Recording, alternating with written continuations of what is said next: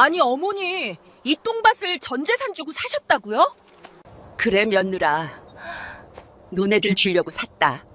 조선 한 고을에서 제일 가던 만석군 여인 윤 씨는 재산 상속을 기대하는 며느리들을 시험하기 위해 말했습니다. 땅이 썩고 똥만 가득한 똥밭을 전 재산 주고 사왔으니 나눠 가지라고요. 사람들은 윤 씨 여인이 치매가 걸려 큰 재산을 날려버렸다며 탄식했고 며느리들도 당황한 얼굴을 감추지 못했지요. 그날부터 두 며느리는 각자의 본색을 드러내기 시작하는데요. 이 시험을 통과한 며느리는 과연 누구였을까요? 구독과 좋아요 눌러주시고 어디서 듣고 계신지 댓글로 꼭 알려주세요. 전해 들은 야담 시작합니다. 옛날 옛적 남한산성 아래 장터로 드나드는 길목에 기와를 얹은 넓은 집 한 채가 있었습니다. 그 집의 안주인은 60을 넘긴 윤 씨 부인이었지요. 남편이 일찍 세상을 뜬 뒤에도 윤 씨 부인은 무너지지 않았습니다.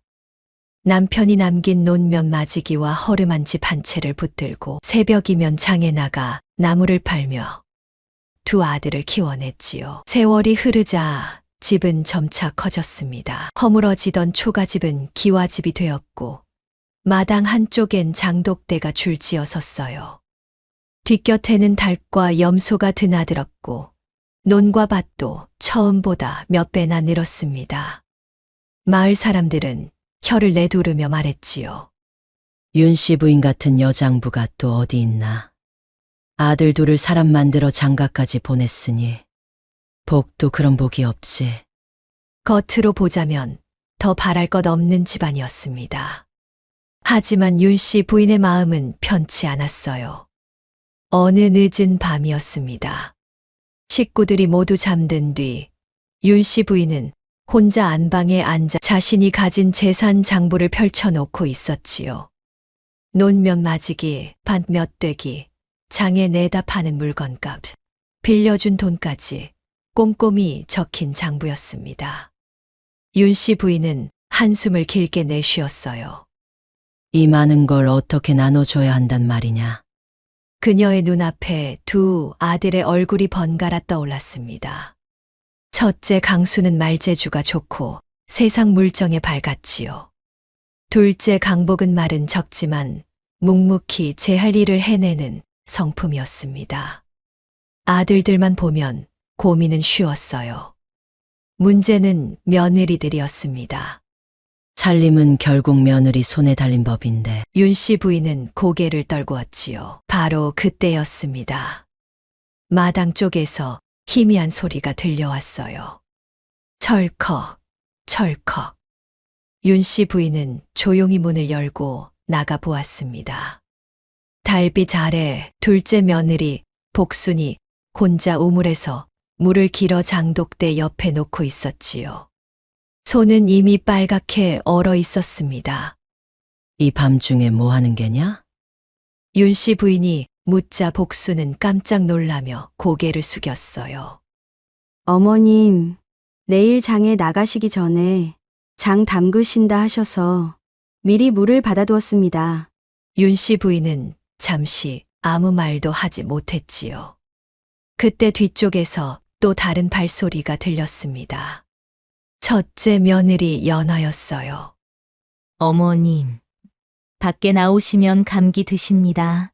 연화는 자연스럽게 윤 씨 부인의 팔을 붙잡으며 말했습니다. 제가 아까 복순이 시켜서 물 받아놓게 했습니다.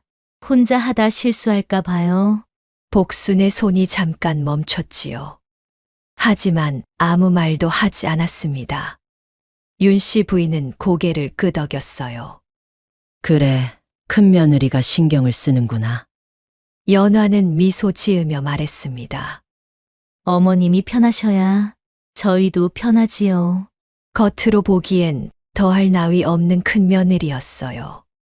그러나 그날 밤 윤 씨 부인은 쉽게 잠들지 못했습니다. 둘째 며느리 복순의 얼어붙은 손이 자꾸 눈에 밟혔지요. 그리고 첫째 며느리 연화의 말도 마음에 남았습니다. 큰 며느리가 작은 며느리를 시켰다고 했는데 왠지 느낌이 이상했어요. 첫째 며느리가 둘째 며느리를 부려먹는 건 아닌지. 윤 씨 부인은 눈을 감았다가 다시 떴습니다. 내가 늙어서 괜한 생각을 하는 건가? 하지만 마음 한켠이 묘하게 불편했지요. 며칠 뒤 또 다른 일이 있었습니다. 윤 씨 부인이 아끼던 장독 하나에 금이 가서 간장이 새어 나오는 일이 생긴 것이었어요. 연화가 먼저 나서서 말했습니다. 어머님, 제가 분명 조심하라 했는데 복순이가 장독을 옮기다 부딪힌 것 같습니다. 복수는 놀라 고개를 들었지요. 저는 건드린 적이 없습니다. 그래도 제가 빨리 닦아놓겠습니다. 어머니, 하지만 말끝이 흐려졌습니다. 윤 씨 부인은 한참을 바라보다가 말했어요. 됐다 깨진 건 어쩔 수 없지. 그날 밤 윤 씨 부인은 다시 장부를 펼쳤지요. 그리고 중얼거렸습니다. 이 재산을 아무에게나 맡길 수는 없다. 사람 품성이 좋으면서도 살림을 잘하는 아이에게 맡겨야 해. 침묵이 흐른 뒤 그녀의 눈빛이 달라졌어요. 사람 마음을 한번 제대로 시험해 봐야겠구나.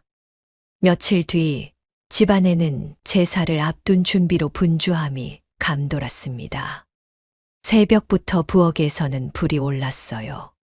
둘째 며느리 복순이 혼자 쌀을 씻고 나무를 다듬고 탕국 재료를 손질하고 있었지요.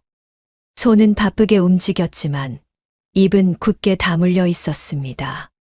바로 그때였어요. 부엌 문이 열리며 연화가 들어왔습니다.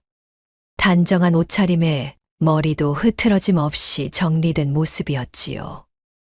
연화는 부엌을 한번 훑어보더니 말했어요.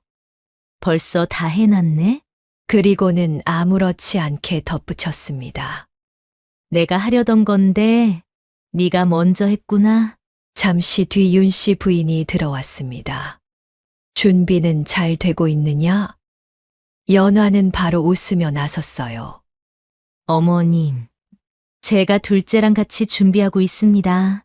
아직 손이 서툴러서 제가 옆에서 봐주고 있어요. 복수는 속으로 생각했습니다. 나 혼자 하고 있었는데.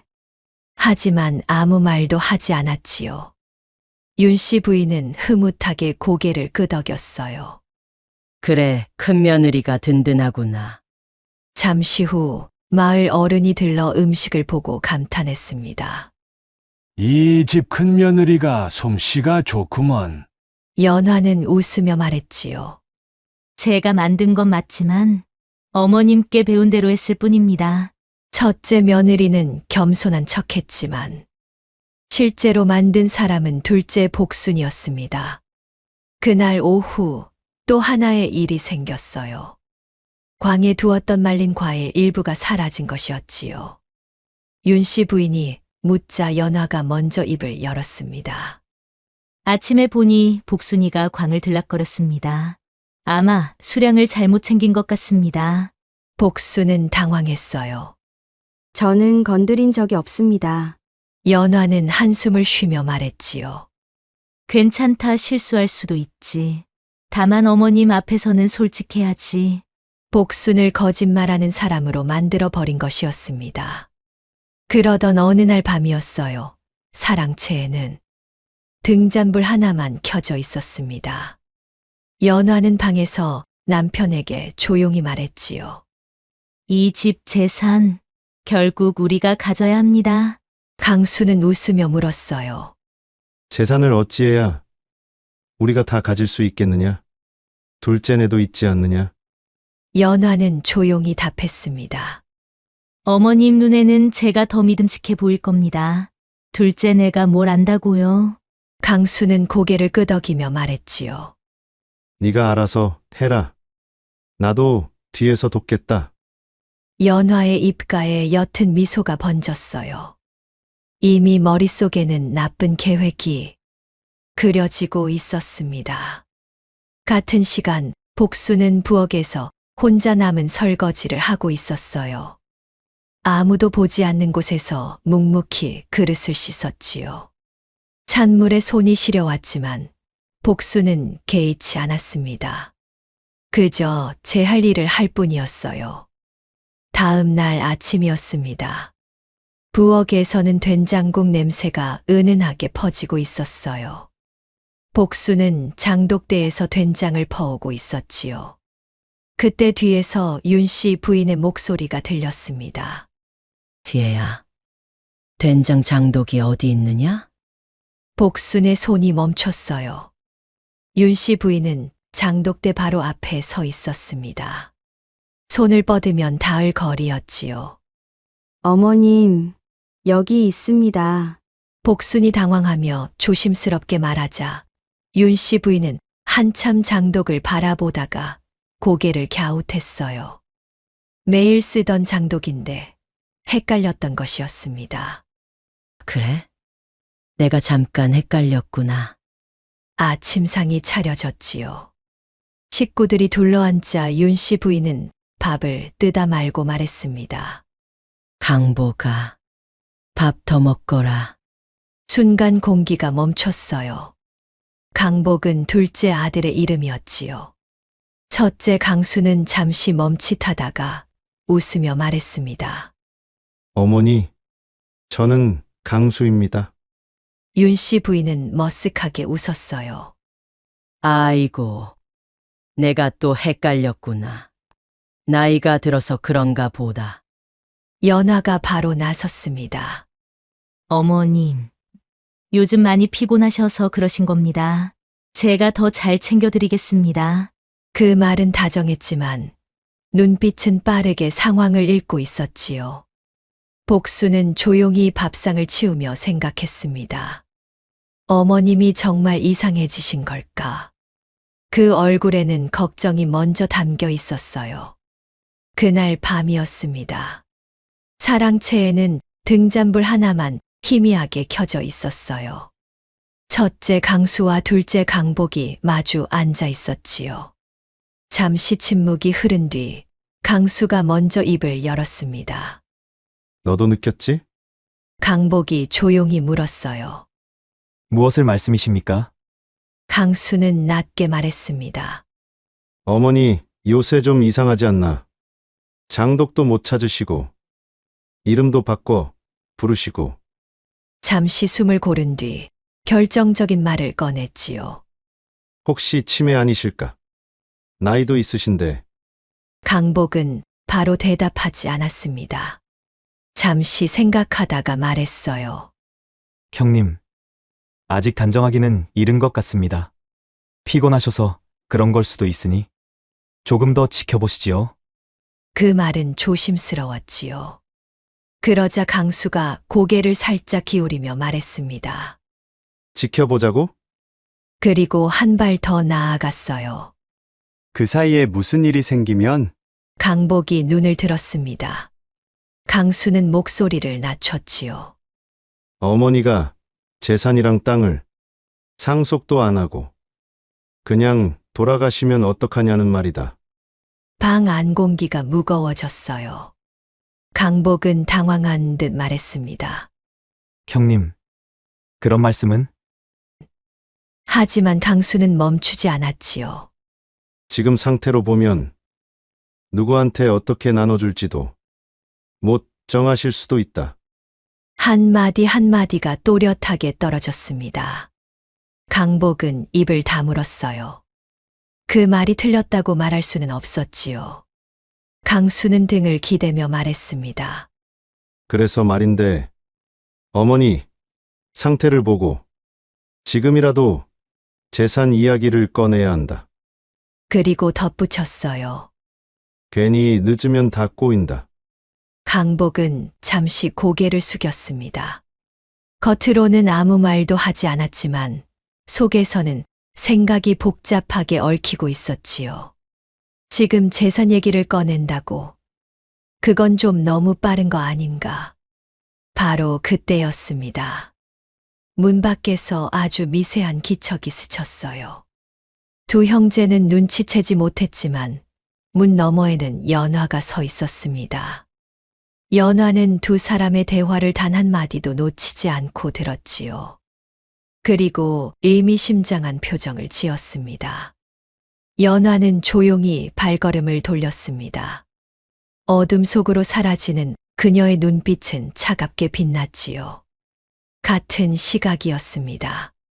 안채에서는 복순이 설거지를 하고 있었어요. 물소리만 조용히 울렸지요. 복순은 잠시 손을 멈추고 생각했습니다. 어머님이 정말 이상해지신 걸까? 그 얼굴에는 걱정이 먼저였어요. 복순은 고개를 저었습니다. 아니야. 그냥 피곤하신 거야. 스스로를 다독이며 다시 그릇을 씻기 시작했지요. 하지만 마음 한켠에는 불안이 남아 있었습니다. 며칠이 지났어요. 윤 씨 부인은 여전히 가끔 헷갈리는 모습을 보였습니다. 물건을 두고 찾지 못하거나 같은 말을 두 번 하기도 했지요. 첫째 며느리 연화는 그런 기회를 놓치지 않았어요. 어머님 곁에 더 자주 붙어 있으며 살림을 챙기겠다고 나섰습니다. 어머님, 이건 제가 할게요, 어머님. 여기 앉아 계세요. 제가 다 해놓을게요. 겉으로는 효도였지요. 하지만 그 속에는 다른 계산이 있었습니다. 복수는 그런 연화를 보며 묘한 기분이 들었어요. 왜인지 모르게 불안했지요. 하지만 함부로 의심할 수는 없었습니다. 복수는 그저 제 할 일을 했어요. 밥을 짓고 빨래를 하고 밭일을 돕고. 그러던 어느 날 아침이었습니다. 윤 씨 부인이 식구들을 모두 불러 모았지요. 평소와 다른 표정이었어요. 다들 앉아라 할 말이 있다. 복수는 가슴이 두근거렸습니다. 무슨 일일까? 강수와 연화도 빠르게 자리를 잡았지요. 눈빛이 번뜩였어요. 강복은 조용히 아내 곁에 앉았습니다. 윤 씨 부인이 천천히 입을 열었어요. 내가 너희를 위해 땅을 하나 샀다. 그 말에 모두의 눈이 커졌습니다. 순간 공기가 바뀌었습니다. 가장 먼저 반응한 것은 강수였어요. 눈빛이 번쩍이며 물었지요. 땅을요? 어디에 말씀이십니까? 첫째 며느리 연화의 입꼬리가 아주 미세하게 올라갔습니다. 둘째 강복은 잠시 멈칫했지만 이내 고개를 숙이며 말했어요. 어머님, 갑자기 무슨... 윤 씨 부인은 아무 설명도 하지 않았습니다.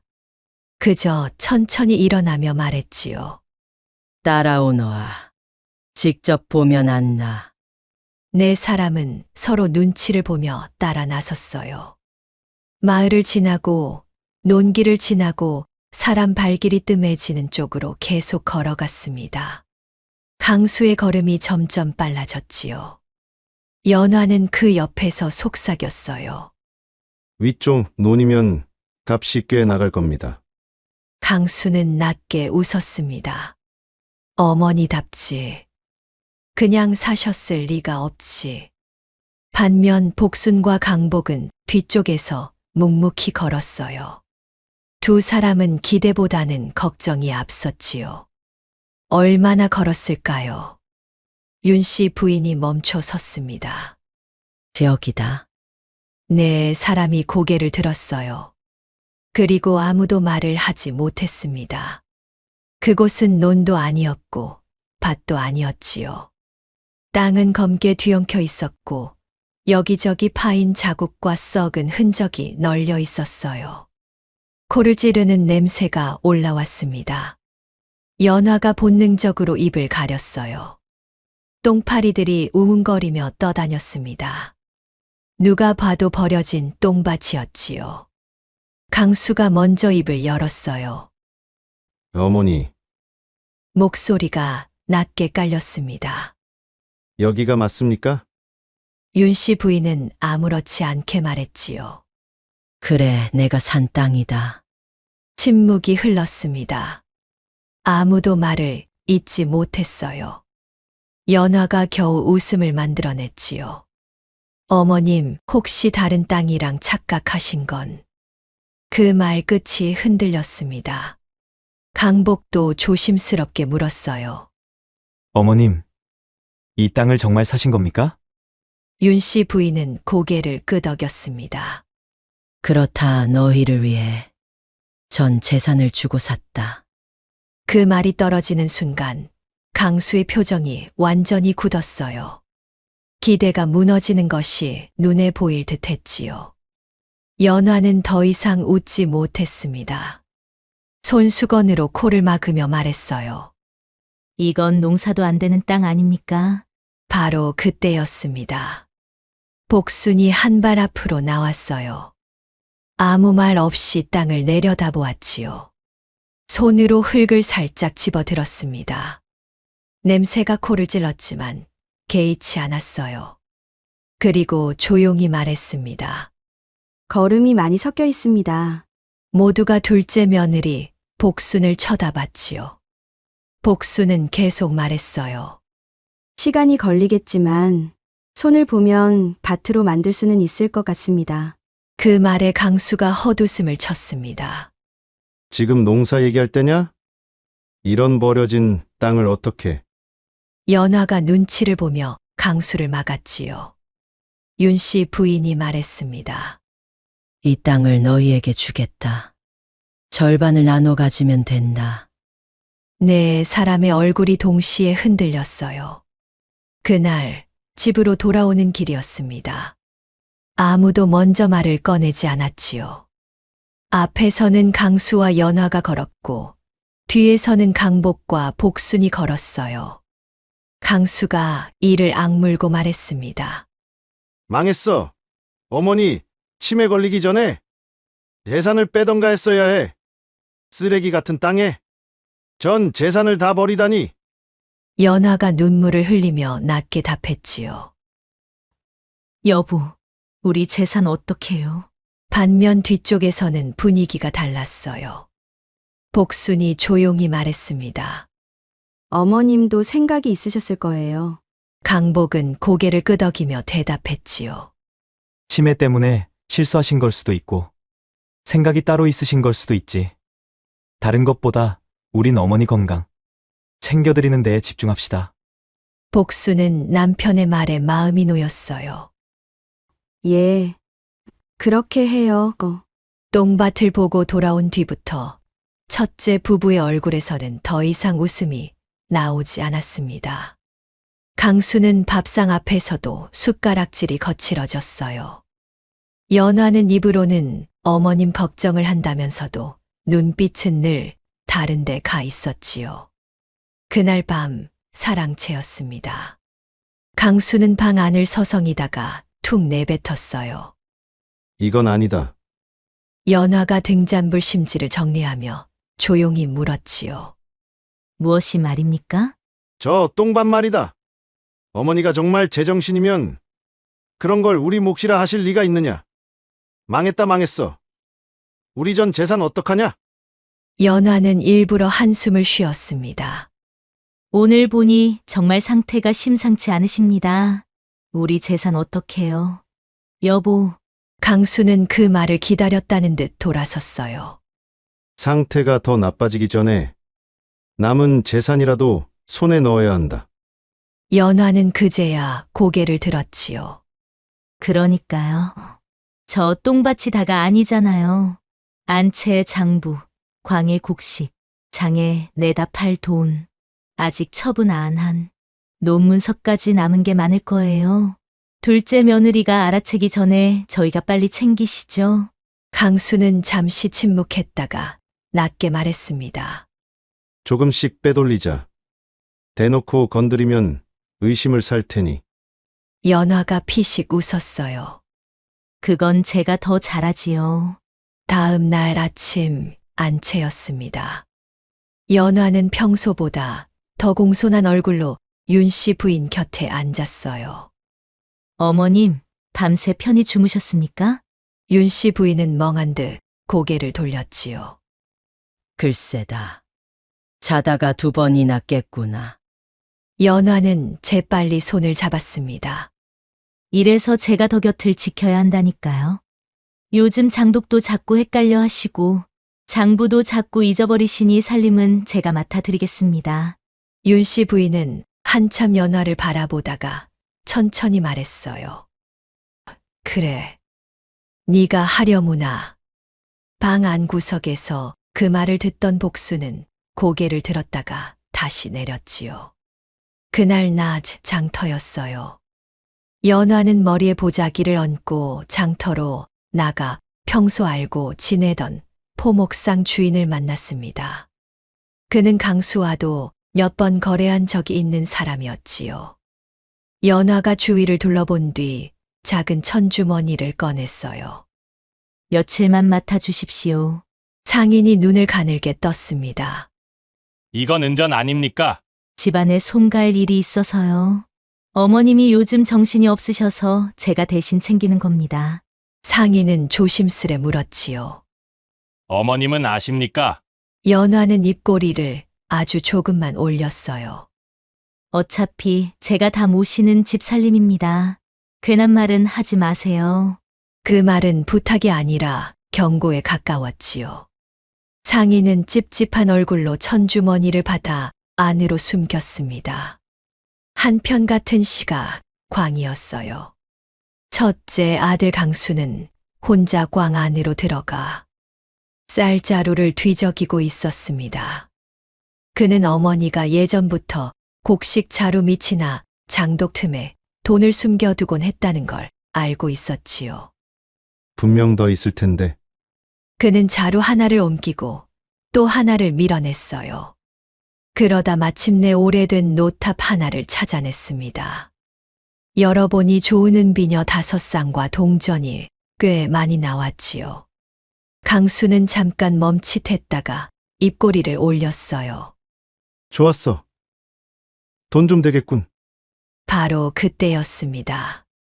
밖에서 발소리가 들렸어요. 누구세요?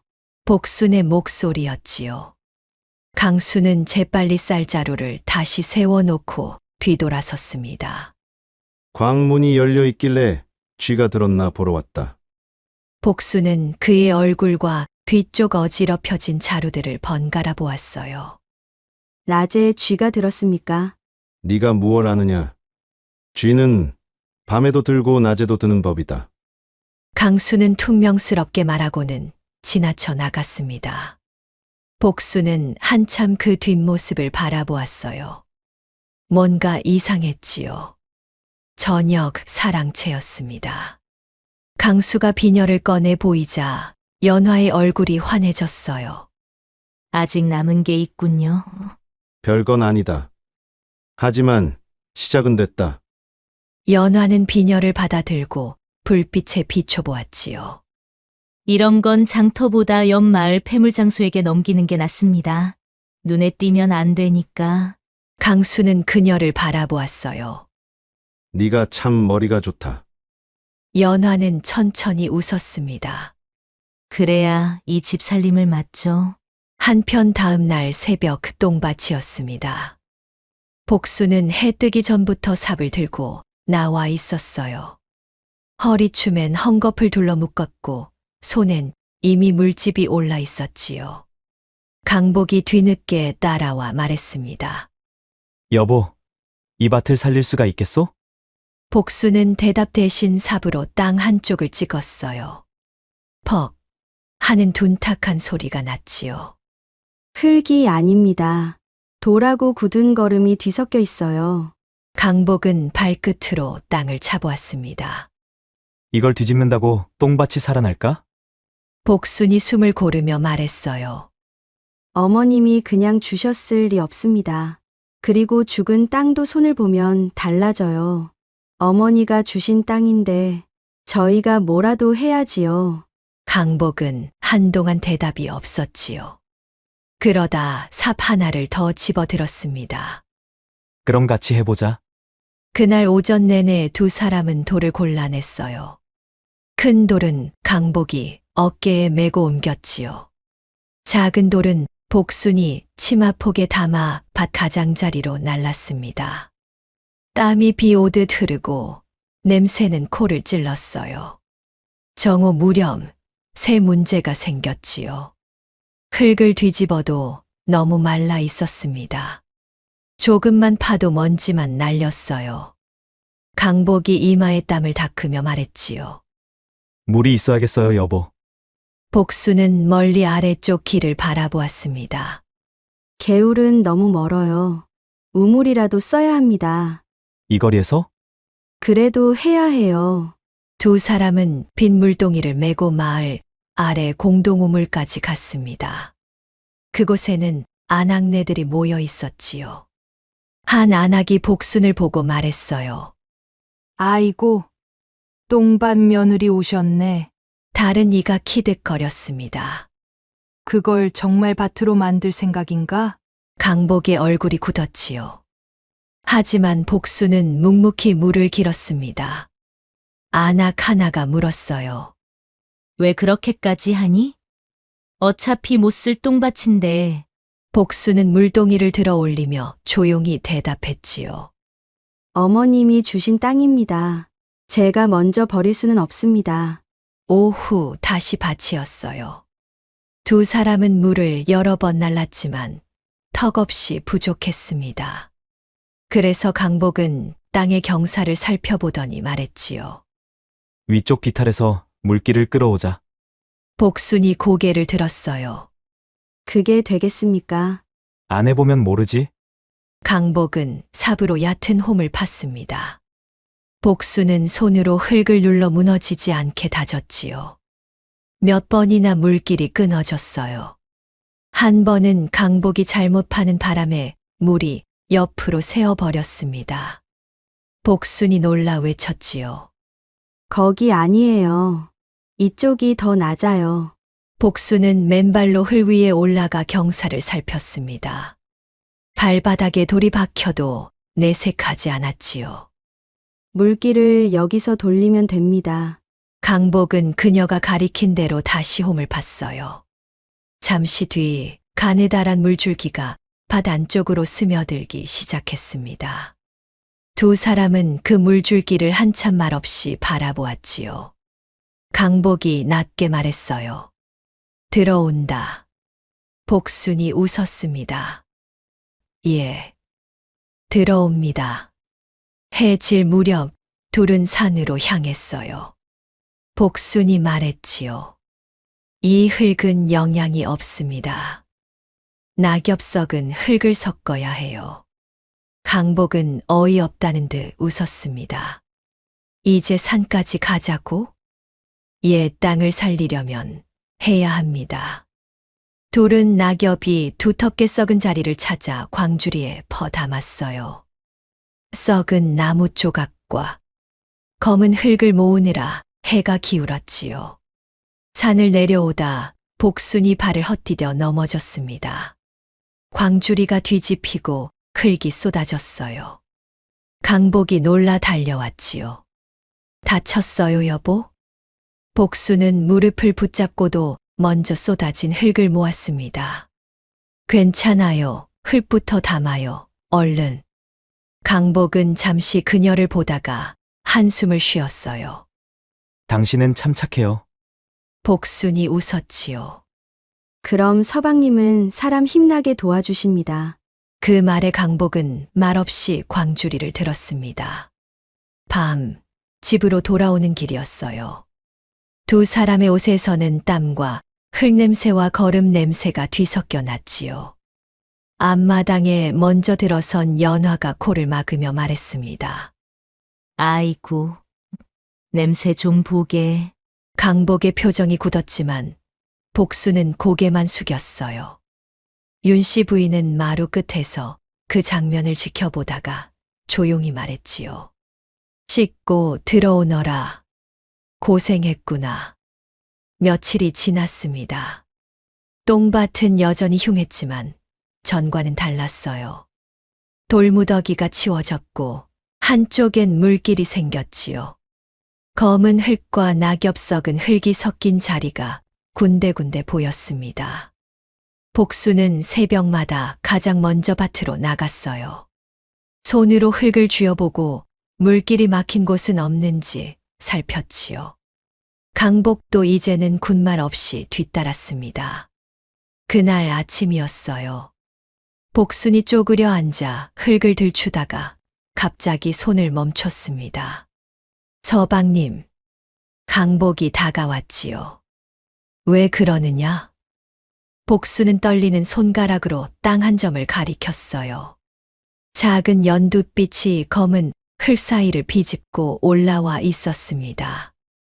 아주 작은 싹이었지요. 강복은 한참 바라보다가 말했어요. 뭐야, 이거 풀 아니냐? 복순이 웃으며 고개를 저었습니다. 아니에요. 제가 심은 씨예요. 강복은 믿기지 않는 얼굴로 무릎을 꿇었지요. 정말 살아난 것이냐? 복순의 눈가가 붉어졌습니다. 예, 살아났어요. 그날 둘은 하루 종일 밭을 떠나지 않았어요.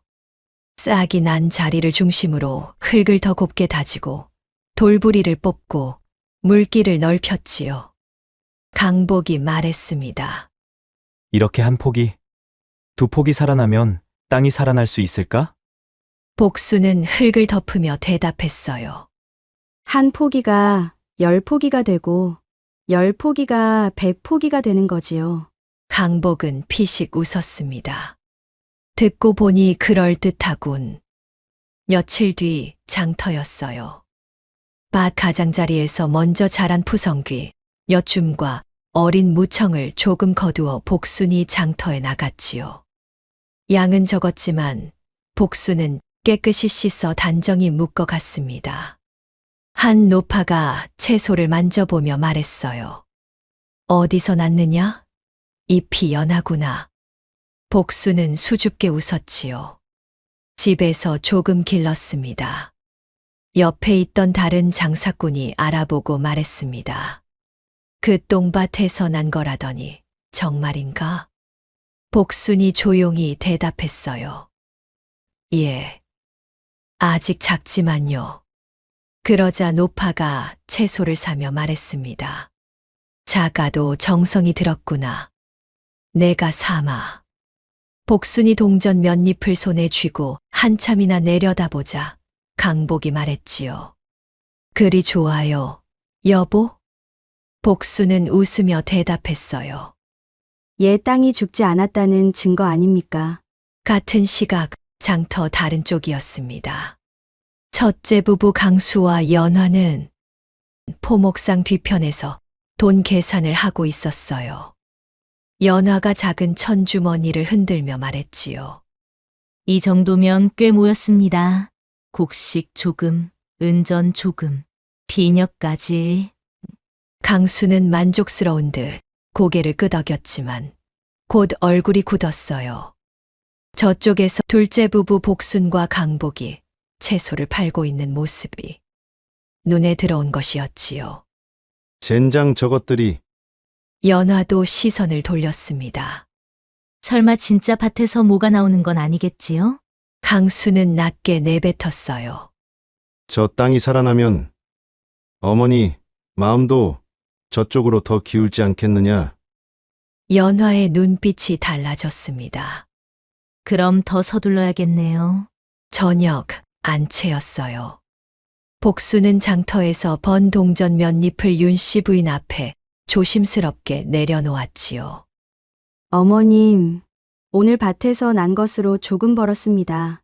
윤씨 부인은 멍한 얼굴로 동전을 바라보다가 물었어요. 그 똥밭에서? 복수는 웃으며 고개를 끄덕였습니다. 얘 아직 푸성기 몇 줌뿐이지만 땅이 조금씩 살아납니다. 윤씨 부인은 한참 말이 없었지요. 그러다 동전을 밀어 돌려주며 말했습니다. 내게 주지 말고 씨앗 사는 데 써아. 복수는 얼른 손사래를 쳤어요. 아닙니다. 어머님 땅에서 난 것이니 어머님 드려야지요. 윤씨 부인은 이번엔 조금 더 또렷한 목소리로 말했지요. 내 손이 살린 것이다. 가져가거라. 문 밖에 서 있던 연화는 그 장면을 보고 얼굴이 굳었습니다. 그날 밤 사랑채였어요. 강수는 술잔을 단번에 비우며 말했습니다. 이제 장난이 아니다. 연화가 물었지요. 무슨 말이에요? 저 둘이 똥밭에서 뭘 만들어내기 시작했어. 어머니가 그걸 보시면. 연화가 말을 잘랐어요. 그 전에 더 확실히 손을 써야 합니다. 어떻게? 연화는 잠시 생각하다가 조용히 말했습니다. 먼저 재산부터 더 빼돌리고 필요하면 저 밭도 망쳐버려야죠. 강수는 연화를 바라보다가 천천히 웃었어요. 그래, 이제 정말 서둘러야겠군. 그날 저녁 집안에는 이상하리만치 조용한 기운이 감돌았습니다. 윤 씨 부인은 저녁을 일찍 들고 방으로 들어갔어요. 강수는 평소보다 말이 없었지요. 연화는 아무 일도 없다는 듯 복순에게 설거지를 맡긴 뒤 먼저 사랑채 쪽으로 들어갔습니다. 복순은 그런 연화의 걸음이 평소보다 빠르다는 것을 눈치챘어요. 하지만 괜히 의심하는 스스로가 조심스러워 아무 말도 하지 않았지요. 설거지를 마친 뒤 복수는 우물에서 마지막 물 한 동이를 길어 안 채로 돌아오고 있었습니다. 그런데 사랑채 뒤 좁은 담장 쪽을 지날 때였어요. 낮게 눌러 깔린 목소리가 바람을 타고 새어 나왔지요. 지금 안 하면 늦는다. 강수의 목소리였습니다. 복순의 발걸음이 그 자리에 굳었어요. 평소 같으면 그대로 지나쳤을 것이지요. 하지만 그 한마디에 섞인 다급함과 도끼가 심상치 않았습니다. 복순은 물동이를 조심히 땅에 내려놓고 담장 그림자 쪽으로 몸을 붙였어요.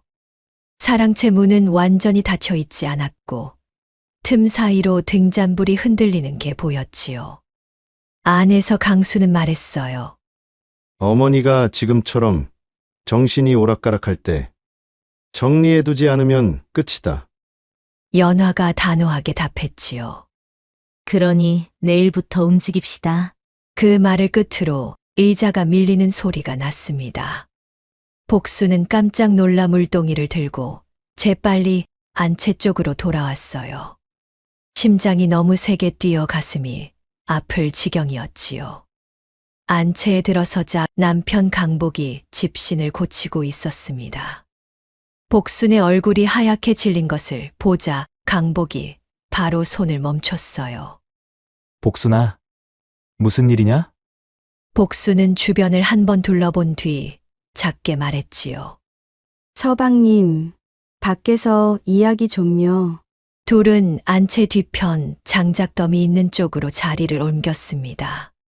복수는 방금 들은 이야기를 한마디도 빼놓지 않고 전했어요. 강복은 처음엔 아무 말도 하지 않았지요. 그저 어두운 얼굴로 바닥만 바라보았습니다. 복수는 혹시 자기가 잘못 들은 건 아닐까 하는 불안에 마지막으로 덧붙였어요. 제가 잘못 들은 게 아니에요. 큰형님이 분명 어머님 재산도 저 밭도 그냥 두지 않겠다고. 강복은 길게 한숨을 내쉬었지요. 형님이 욕심이 있는 줄은 알았지만 말끝을 흐린 그는 한참 뒤에야 복순을 돌아보았습니다. 복순의 눈에는 겁이 어려 있었지요. 강복은 잠시 눈을 감았다가 뜨더니 아주 조용히 말했지요. 이제부터는 우리가 막아야 한다. 복순이 놀라 물었어요. 어떻게요? 강복은 잠시 생각하다가 말했습니다. 대놓고 나서면 형님네가 더 악착같이 나올 거다. 우리는 모른 척하면서 먼저 손을 써야 한다. 그날 밤 식구들이 다 잠든 뒤 강복은 조용히 광으로 갔어요. 장부를 원래 자리가 아닌 뒤쪽 항아리 및 나무판자 틈에 숨겼지요. 은전이 있을 법한 자루 몇 개도 다른 자리로 옮겨 숨겼습니다. 형님 부부니가 찾지 못하도록이요. 강복은 중얼거렸어요. 이러면 쉽게 못 가져갈 거야. 며칠 뒤 강수는 전보다 더 자주 바깥으로 나돌았습니다. 처음엔 장터 일 때문인가 싶었어요. 하지만 복수는 그의 발걸음에 조급함이 묻어 있는 걸 알아차렸지요. 연화 역시 집안일을 핑계로 안채를 자주 비우고 사랑채에서 강수와 속삭이는 시간이 늘어났습니다. 그날 밤 첫째 부부 강수와 연화가 다시 광에 들어갔어요. 강수가 쌀자루를 뒤집으며 말했지요. 분명 남은 돈들이 더 있었는데 찾던 돈이 나오지 않았습니다. 연화의 눈이 날카로워졌어요. 저번에 티 안 나게 있는 물건에서 조금만 팔고 나머지는 냅뒀잖아요. 혹시 누가 건드린 걸까요? 강수가 물었지요. 둘째네인가? 연화는 단정 짓지 않았습니다. 확실하진 않은데 가만두면 안 되겠네요. 강수는 이를 악물었어요. 더 서둘러야겠군. 그날 낮 복수는 밭에서 따온 어린 푸성귀 몇 단을 들고 장터에 나갔습니다. 저번처럼 장터에 가서 팔면 조금이라도 돈을 벌 수 있었거든요. 그리고 그 돈을 어머님께 드리고 싶은 마음이었지요. 둘은 장터 한쪽 구석에 자리를 펴고 푸성귀를 내놓았어요.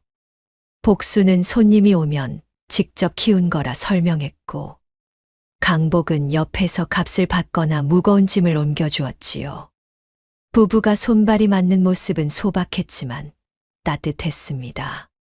그런데 한참 지나지 않아 복순의 눈에 낯선 장면이 들어왔어요. 시장통 뒤편 포목산 골목에서 첫째 강수가 낯선 사내와 낮게 이야기를 나누고 있었지요. 그 사내는 이 마을 사람이 아니었습니다. 차림새가 번듯한 듯 하면서도 어딘가 수상했어요. 허리춤에는 두툼한 문석 꾸러미 같은 것이 들려 있었지요. 강수의 표정은 잔뜩 굳어 있었습니다. 복수는 본능적으로 남편 강복의 소매를 잡아당겼어요. 서방님, 저기 보세요. 강복이 시선을 따라가 보니 강수가 낯선 사내에게 뇌물을 주듯 작은 주머니를 건네고 있었지요. 사내가 말했습니다. 오늘 말한 건 절대로 어디 가서 세면 안 됩니다. 강수가 낮게 응수했어요. 대가는 충분히 줄 테니 문서만 깔끔하게 조작해 주소. 강복의 얼굴이 딱딱하게 굳었지요. 문서. 복수는 불안한 눈으로 말했습니다. 어머니, 땅 문서를 말하는 게 아닐까요? 강복은 잠시 생각하더니 푸성귀 바구니를 한쪽으로 밀었어요. 여기 잠깐만 있어라. 복순이 놀랐지요. 어디 가세요? 강복은 차분하게 답했습니다. 가까이까지는 안 간다. 누구인지, 뭘 하는지 얼굴만 보려는 거다. 그는 장터 사람들 사이를 돌아 멀찌감치 그들을 살폈어요. 강수는 낯선 사내와 헤어진 뒤 뒤도 돌아보지 않고 집 쪽으로 향했고, 사내는 반대편 주막 골목으로 사라졌지요. 강복이 돌아와 말없이 바닥에 앉자 복순이 물었습니다. 어떻게 된 것 같아요? 강복은 낮게 말했어요. 형님이 어머니 남은 재산을 전부 빼돌리려는 것 같아. 저번에 땅을 사고 남은 돈 말이야. 아마 어머니가 그걸 놓치고 있다고 생각한 거겠지. 복순의 표정이 어두워졌지요. 어찌해야 하지요? 강복은 잠시 생각하다가 말했습니다. 오늘 밤 광을 다시 보자. 뭐가 없어졌는지부터 알아야 한다. 그날 밤 둘은 식구들이 잠든 뒤 광으로 갔어요. 달빛이 희미의 손에 든 등잔 하나에 의지해야 했지요. 강복은 이미 몇 번 손을 봐둔 곳들을 다시 하나씩 확인했습니다. 잠시 뒤 그는 조용히 말했어요. 왜 이렇게 가볍지?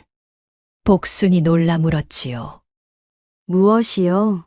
며칠 전에 옮겨둔 자루 하나가 가벼워졌다. 형님이 몰래 꺼내간 게 분명해. 복순은 입술을 깨물었습니다. 그럼 이미 꽤 많이 가져간 걸까요? 강복은 함부로 단정하지 않았지요. 하지만 표정만 봐도 사태가 가볍지 않다는 걸 알 수 있었습니다. 그는 숨겨둔 장부를 다시 확인했어요. 다행히 장부는 무사했지요. 문서는 아직 여기 있다. 복순이 안도의 숨을 쉬었습니다. 강복은 단단한 목소리로 말했어요. 이제 형님네 부부는 자기 자신이 괴물이 되었다는 걸 몰라. 복순이 불안하게 말했지요. 그럼 더 험한 짓을 하지 않을까요? 강복은 한동안 말이 없었습니다. 그러다 단단한 목소리로 말했어요. 그래서 우리가 더 먼저 움직여야 한다. 그날 저녁 해가 지고 밭쪽에 어둠이 내려앉자 복수는 유난히 마음이 불안했습니다. 강수가 사랑채에서 일찍 자리를 비운 것도, 연화가 안채 일을 마치기도 전에 먼저 사라진 것도 심상치 않았어요. 복수는 밥상을 물린 뒤 강복에게 조용히 말했지요. 서방님, 오늘 밭을 한 번 더 봐야겠어요. 강복은 바로 이유를 묻지 않았습니다. 그저 복순의 얼굴을 보더니 고개를 끄덕였어요. 같이 가자. 둘은 들키지 않게 뒷문으로 나섰지요. 달이 구름에 가려 길이 잘 보이지 않았습니다. 밭 가까이에 이르렀을 때 낮은 삽질 소리가 들렸어요. 철퍽, 철퍽. 복순은 가슴이 덜컥 내려앉았지요. 강복이 손으로 복순을 뒤로 물리며 먼저 앞으로 나갔습니다. 구름 사이로 달빛이 스치자 밭 위쪽 물길가에 웅크리고 있는 두 그림자가 보였어요. 첫째는 부부 강수와 연화였지요. 강수는 삽으로 복순과 강복이 며칠 동안 만든 물길 둑을 무너뜨리고 있었습니다. 연화는 옆에서 돌을 주워 흘러오는 물줄기 위에 던져 넣고 있었어요. 복순이 먼저 목소리를 냈지요. 거기서 무엇 하시는 겁니까? 강수는 화들짝 놀라 돌아섰습니다. 연화도 손에 들고 있던 돌을 떨어뜨렸어요. 잠깐의 정적이 흘렀지요. 그리고 연화가 가장 먼저 표정을 수습했습니다. 아이고, 복순이니? 우리가 물길이 새는 것 같아서 좀 봐주고 있었단다. 복수는 무너진 둑과 막힌 물길을 번갈아 보았어요. 누가 봐도 도와주는 모양새가 아니었지요. 강복이 앞으로 나와 낮게 말했습니다. 형님, 이 시간에 왜 여기 계십니까? 강수는 오히려 화를 냈어요. 내 동생 밭 보러 오는 것도 안 되느냐? 강복은 더는 따지지 않았지요. 대신 잠깐 물길 쪽을 살피고 조용히 말했습니다. 이제 저희가 하겠습니다. 밤이 깊었으니 들어가시지요. 연화는 강복의 태도가 오히려 더 거슬렸어요. 따지지도 않고 화내지도 않지만 분명히 더 이상 손대지 말라는 뜻이 담겨 있었기 때문이지요. 강수는 모지 이기는 척 삽을 내던지듯 내려놓았습니다. 그래. 네가 잘났으니 네가 해라. 두 사람이 돌아가고 나서야 복수는 무너진 물길 앞에 주저앉았어요. 겨우 연결해 놓은 흙둑이 군데군데 패여 있었고 흐르던 물은 옆으로 흩어져 버렸지요. 복순이 작은 목소리로 말했습니다. 다 무너뜨려 놨어요. 강복은 삽을 들며 말했어요. 아직 다는 아니다. 지금 막으면 살릴 수 있어. 복수는 고개를 들었지요. 강복은 평소보다 더 부드럽고 단단한 목소리로 말했습니다. 우리가 만든 거잖아. 우리가 다시 하면 된다. 그 한마디에 복순의 눈시울이 젖었어요. 하지만 울 시간은 없었지요. 둘은 바로 작업을 시작했습니다. 강복은 삽으로 무너진 부분의 흙을 다시 모아 올렸어요. 복수는 양손으로 흙을 눌러 다졌지요. 발로 밟아 다지고 돌을 빼내고 물이 새는 틈은 진흙으로 막았습니다. 밤 공기가 차가웠지만 두 사람의 이마에서는 땀이 흘렀어요. 작업 도중 복순이 손을 다쳤지요. 날카로운 돌에 손바닥이 찢어져 피가 났습니다. 강복이 얼른 손을 잡았어요. 이리 줘봐. 복순이 괜찮다 하려 했지만 강복은 자기 저고리 자락을 찢어 손바닥을 감아주었지요. 무리하지 마라. 복순이 미안해하자 강복은 옅게 웃었습니다. 네가 다치면 내가 더 힘들다. 복순은 그 말에 얼굴을 붉혔어요. 한참 뒤 가느다란 물줄기가 다시 제 자리로 흐르기 시작했지요. 복순이 숨을 몰아쉬며 말했습니다. 물이 다시 들어와요. 강복도 고개를 끄덕였어요. 그래. 아직 안 죽었다. 둘은 물길 옆에 나란히 앉아 한동안 물이 흐르는 걸 지켜보았지요. 그 모습은 초라했지만 이상하게도 든든했습니다. 돌아오는 길에 복순이 물었어요. 왜 형님네 부부가 저렇게까지 하는 걸까요? 강복은 한참 생각하다가 답했지요. 욕심이 사람 눈을 가리면 남이 가진 것만 보이는 법이다. 그리고 복순을 돌아보며 덧붙였습니다. 너는 그냥 네가 하던 대로 해라. 나머지는 내가 같이 막을 테니. 복순은 말없이 고개를 끄덕였어요. 그날 이후 둘째 부부는 밭을 돌볼 때마다 더 조심하게 되었지요. 밤에도 번갈아 한 번씩은 물길을 보러 나가기 시작했습니다. 첫째 부부의 방해는 한 번으로 끝나지 않을 것 같았기 때문이에요. 물길을 망치려던 시도가 실패한 뒤 강수와 연화는 눈에 띄게 예민해졌습니다. 강수는 작은 일에도 화를 냈어요. 연화는 겉으로는 더 공손해졌지만 오히려 그 공손함이 섬뜩할 정도였지요. 그날 낮 강수는 사랑채에서 연화에게 짜증 섞인 목소리로 말했습니다. 밭도 실패. 광도 꼬이고 문서도 아직 못 건드렸다. 도대체 되는 일이 뭐냐? 연화도 이번엔 물러서지 않았어요. 둘째네 부부의 방해가 너무 심해요. 그래서 일이 꼬이는 거지요. 강수가 눈을 부라렸지요. 둘째 놈들이다. 연화는 확신에 찬 목소리로 말했습니다. 그렇죠. 정말 방해돼요. 잠시 정적이 흘렀어요. 그리고 연화가 더 낮은 목소리로 입을 열었지요. 이제 재산만으로는 안 됩니다. 강수가 인상을 찌푸렸습니다. 무슨 말이냐? 연화는 강수 눈을 똑바로 보며 말했어요. 어머님이 계속 살아 계시면 결국 한 번은 재산을 정리하실 겁니다. 지금 정신이 오락가락할 때도 저쪽을 챙기기 시작했는데 더 지나면 어찌 되겠어요. 강수는 말없이 연화를 노려보았지요. 연화가 끝내 말했습니다. 어머님 약에 독약을 타서 어머니를 빨리 처리해야 돼요. 그날 저녁부터 연화는 부엌을 자주 들락거렸습니다. 복수는 그 모습이 더 수상했지요. 하지만 뭐라 말할 수는 없었습니다. 증거가 없었으니까요. 한편 첫째 며느리 연화는 약탕에서 김이 오르는 것을 보며 한 손으로 소매를 여몄지요. 그리고 아주 짧은 순간 품 안에서 작은 종이 쌈지를 꺼냈습니다. 복순의 숨이 턱 막혔어요. 연화는 주위를 살폈지요. 다행히 그녀는 복순이 문가 그림자에 서 있는 걸 보지 못했습니다. 연화의 손이 약탕 위로 내려가려는 순간 복순은 더 기다릴 수 없었어요. 형님, 연화의 손이 움찔 멈췄습니다. 복순은 아무것도 못 본 척 최대한 평온한 얼굴로 안으로 들어갔어요. 제가 약을 들고 가겠습니다.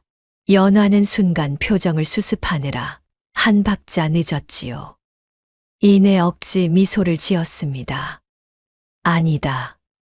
오늘은 내가 하마. 복수는 물러서지 않았어요. 어머님께서 제가 가져다 드리는 걸 더 편히 받으십니다. 연화의 손은 아직 소매 안쪽에 있었지요. 복수는 그걸 보지 않으려는 척하면서도 한 걸음 더 다가섰습니다. 형님은 오늘 피곤해 보이십니다. 제가 하겠습니다. 둘 사이에 묘한 정적이 흘렀어요. 그때 부엌 뒤편에서 강복의 목소리가 들렸지요. 복수나. 강복이 장작을 안고 들어왔습니다. 그는 상황을 한눈에 훑더니 연화의 굳은 손끝과 복순의 창백한 얼굴을 보고 뭔가 이상하다는 걸 직감했어요. 강복은 아무 내색 없이 말했지요. 어머니 방에 제가 불 좀 더 지펴놓겠습니다. 복순아, 약 가져오너라. 복수는 바로 약그릇을 잡았어요. 연화가 순간적으로 그릇을 놓지 않으려 했지만 강복이 자연스럽게 장작을 내려놓으며 연화 쪽 시야를 가렸습니다. 그 틈에 복수는 약그릇을 자기 쪽으로 가져왔지요. 연화는 놓칠 수밖에 없었어요. 내가 하려고 했다니까. 복수는 고개를 숙이며 말했습니다. 형님 수고를 덜어드리는 겁니다. 강복은 부엌문 쪽으로 서며 조용히 말했어요. 형수님은 쉬십시오. 복순이 손이 빠릅니다. 그 말은 평소 같으면 공손한 인사였겠지만 그 순간만큼은 분명한 차단이었지요. 연화는 손톱이 손바닥에 박히도록 주먹을 쥐었습니다. 하지만 더는 어찌할 수 없었어요. 복순이 약을 들고 나간 뒤 연화는 서둘러 소매 속종이 쌈지를 다시 감췄지요. 그날 밤 안채 뒤편이었습니다. 복수는 약을 무사히 들이고 돌아온 뒤에야 온몸에 힘이 풀렸어요. 강복이 조용히 다가왔지요. 무슨 일이 있었느냐? 복수는 낮게 떨리는 목소리로 말했습니다. 형님이 약에 뭔가 넣으려 했어요. 강복의 얼굴이 단단하게 굳었어요. 확실하냐? 복수는 고개를 끄덕였지요. 제가 직접 봤어요. 작은 종이 쌈치를 꺼냈습니다. 강복은 잠시 말이 없었어요. 그리고 아주 천천히 말했습니다. 이제 형님네가 돌아올 수 없는 데까지 갔구나. 그날 밤은 유난히 공기가 눅눅했습니다. 낮부터 내린 비가 그쳤지만 마당에는 아직 습기가 가시지 않았어요. 처마 끝에서는 간간히 물방울이 떨어졌지요. 식구들은 일찍 저녁을 마쳤습니다.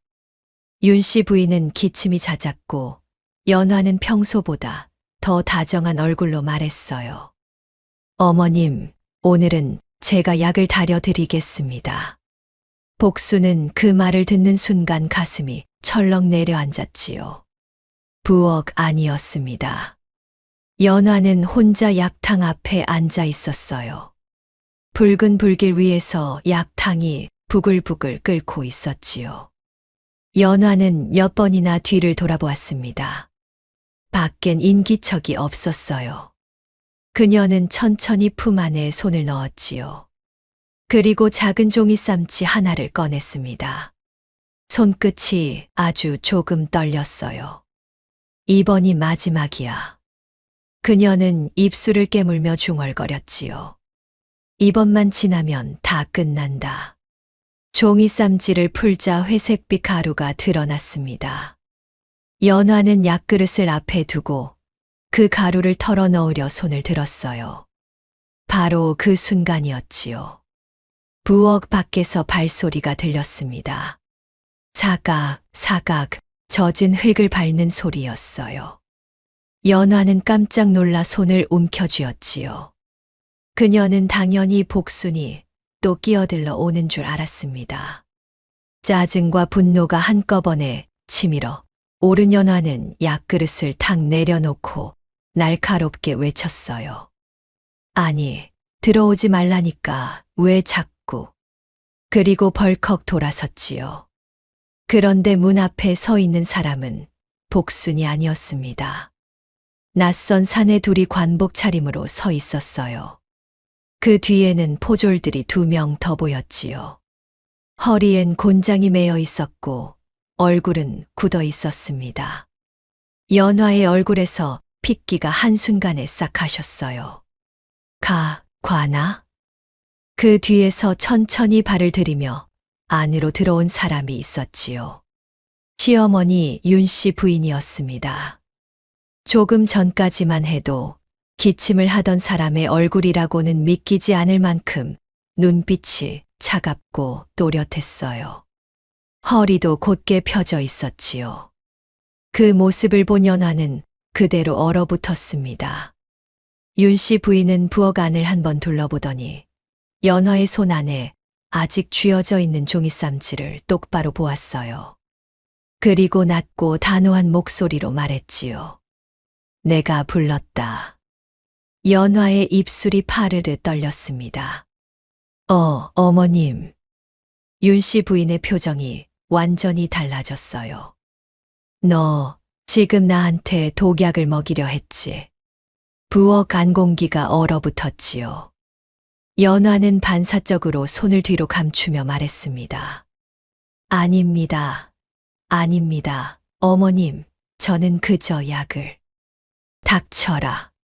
윤씨 부인의 호통이 부엌을 울렸어요. 연화는 그 자리에서 움찔했지요.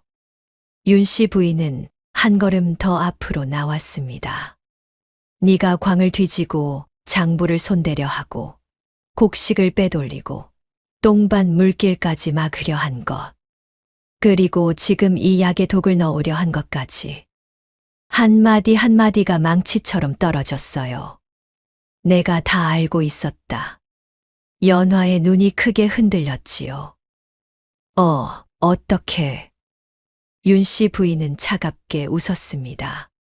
네가 나를 늙고 정신 흐린 노파로만 봤겠지. 하지만 나는 너희가 생각한 만큼 어리석지 않다. 바로 그때 마당 쪽에서 급한 발소리가 들려왔어요. 둘째 부부 복순과 강복이었지요. 둘은 관아 사람들이 집 안으로 들어오는 걸 보고 놀라 급히 부엌 쪽으로 달려온 참이었습니다. 복순이 떨리는 목소리로 말했어요. 어머님. 윤씨 부인은 잠시 둘째 부부를 바라보았지요. 그 눈빛엔 놀라움보다 안도감이 먼저 담겨 있었습니다. 너희도 왔구나. 강수가 앞으로 나섰어요. 어머니, 이건 오해입니다. 그는 다급히 손을 내저으며 말했지요. 연화는 그저 약을 챙기려 했을 뿐입니다. 저 가루도 약재일 수 있지 않습니까? 관아의 아전 하나가 곧장 나서 종이쌈지를 받아들었습니다. 그건 관아에서 확인할 것이다. 윤씨 부인은 포졸들을 향해 말했어요. 저 둘을 데려가거라. 연화가 비명을 질렀지요. 어머님, 한 번만 용서해 주세요. 제가 잘못했습니다. 다시는. 늦었다. 포졸 둘이 강수의 팔을 꺾어 끌어냈습니다. 다른 포졸이 연화를 붙잡았지요. 마당으로 끌려나가는 연화의 울음소리가 밤 공기 속으로 퍼졌어요. 복수는 그 모습을 보고도 선뜻 움직이지 못했습니다. 너무 급작스럽고 너무도 무서운 장면이었지요. 강복은 조용히 복순의 어깨 앞을 막아섰어요. 그의 손은 따뜻했지만 힘이 들어가 있었습니다. 그 밤 집안의 거짓과 탐욕이 함께 무너져 내리고 있었지요. 첫째 부부가 관아로 끌려간 뒤 사람이 둘이나 빠진 집은 이상하게 넓어 보였어요. 그러나 윤씨 부인은 한 가지 생각뿐이었지요. 자신이 준비한 진짜 선물을 둘째네 부부에게 언제 주어야 할까 하는 생각이었지요. 그 사이에도 복순과 강복은 밭으로 나갔어요. 그리고 곧 자신들에게 어떤 선물과 행운이 다가오는지 알지 못했지요. 아직까지 그들은 그저 성실히 밭을 일굴 뿐이었습니다.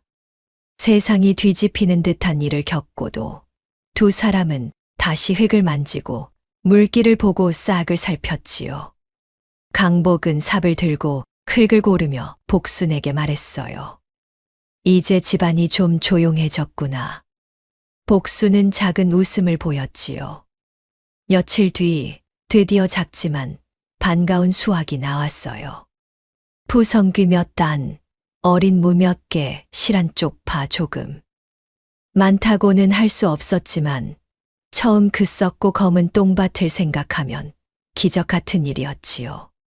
둘은 그렇게 조용히 웃으며 안채로 향했어요. 윤씨 부인은 마루에 앉아 햇빛을 쬐고 있었지요. 복순과 강복이 바구니를 들고 앞에 서자 천천히 시선을 들었습니다. 어머님.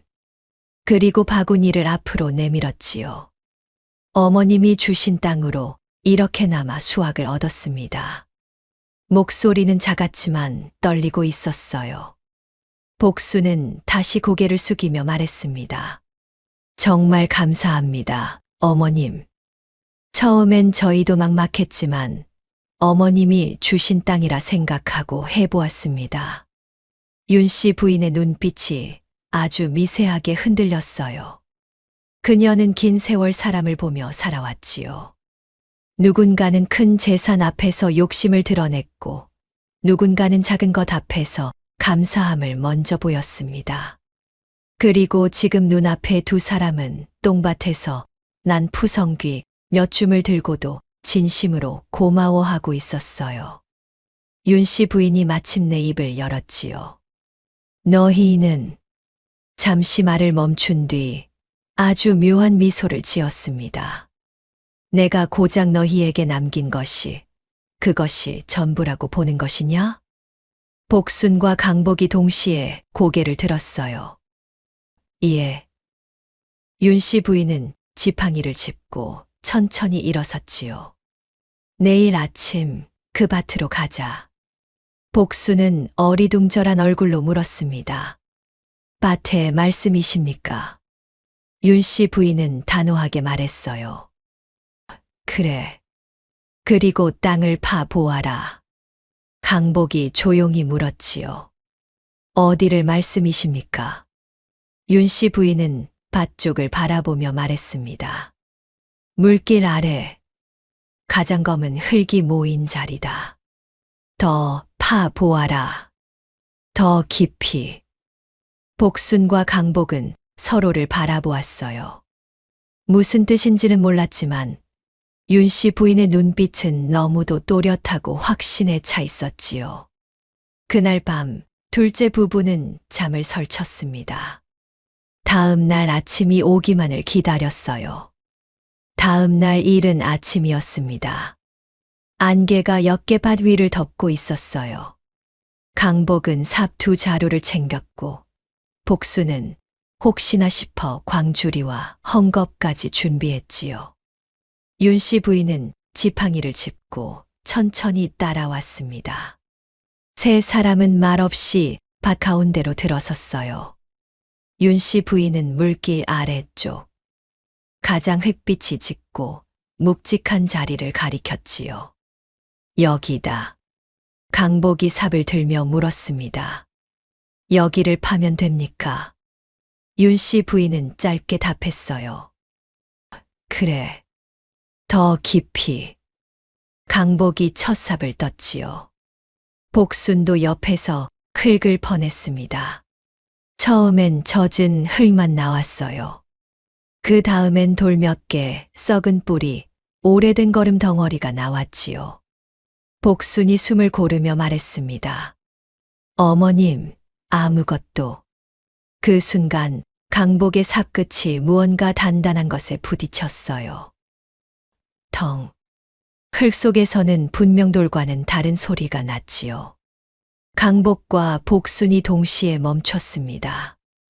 윤씨 부인의 눈빛이 변했어요. 더 파 보아라.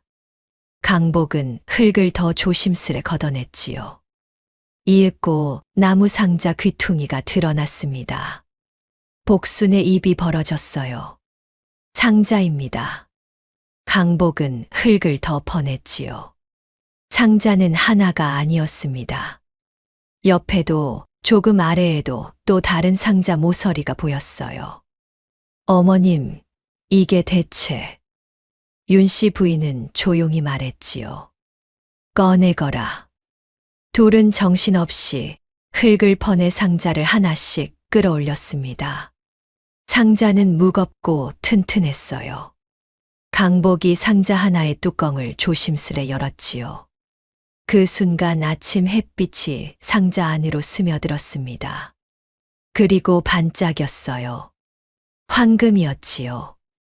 엽전과 은전이 아니었습니다. 누가 봐도 평생 구경하기 힘든 황금덩이와 금부치, 폐물, 감나가는 은괴들이 상자 안을 가득 메우고 있었어요. 복수는 숨을 삼키며 뒤로 물러났지요. 어머님, 강복도 말문을 잃었습니다. 다른 상자 뚜껑을 열수록 금과 은, 폐물과 감나가는 물건들이 끝도 없이 나왔어요. 복순의 눈에 눈물이 맺혔지요. 이게 다. 윤 씨 부인은 그제야 천천히 입을 열었습니다. 나는 이 똥밭을 전 재산 주고 산 것이 아니다.